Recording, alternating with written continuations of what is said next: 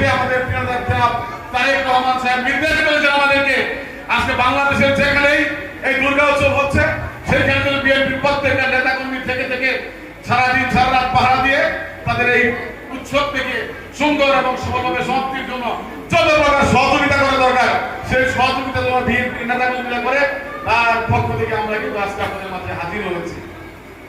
আমাদের নেতা আজকে নাই, বিদেশে আছেন, চিকিৎসাধীন অবস্থায় আছেন, আপনারা সকলে জানেন। উনি সুস্থ হয়েছেন, ইতিমধ্যে অনেকটা সুস্থ হয়েছেন।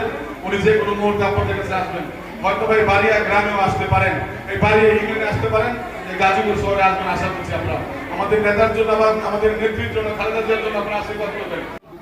আপনারা সকলে জানেন হিন্দু ধর্মাবলম্বীদের সবচেয়ে বড় ধর্মীয় উৎসব শারদীয় দুর্গোৎসব এখন সারা বাংলাদেশে নয়, সারা পৃথিবীতে চলছে। আমাদের বাংলাদেশের হিন্দু সম্প্রদায়ের মানুষ অনেক সময় অনেক জায়গায় তারা এই অনুষ্ঠানগুলো করতে ভয় পায়, বিভিন্ন রকমের মানুষ বিভিন্ন রকমভাবে তাদেরকে ভয় দেখায়।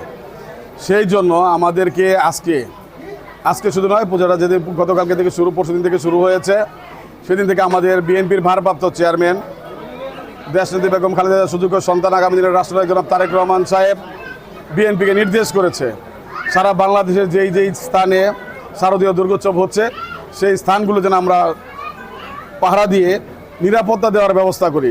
সারা প্রয়োজনে সারা রাত থাকতে বলেছেন, সারাদিন থাকতে বলেছেন, তাদের নিরাপত্তা নিশ্চিত করতে বলেছেন।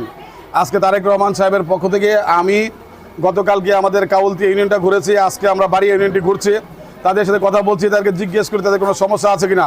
তারা বলছে কোনো সমস্যা নাই। আমরা বলেছি তারেক রহমান আপনাদের পাশে আছে, খালেদা জিয়া আপনাদের পাশে আছে, বিএনপি আপনাদের পাশে আছে, আমরা আপনাদের পাশে আছি। আপনারা নির্ভয়ে নির্বিঘ্নে নিশ্চিন্তে বুক ফুলিয়ে আপনাদের ধর্মীয় অনুষ্ঠান আপনারা পালন করবেন।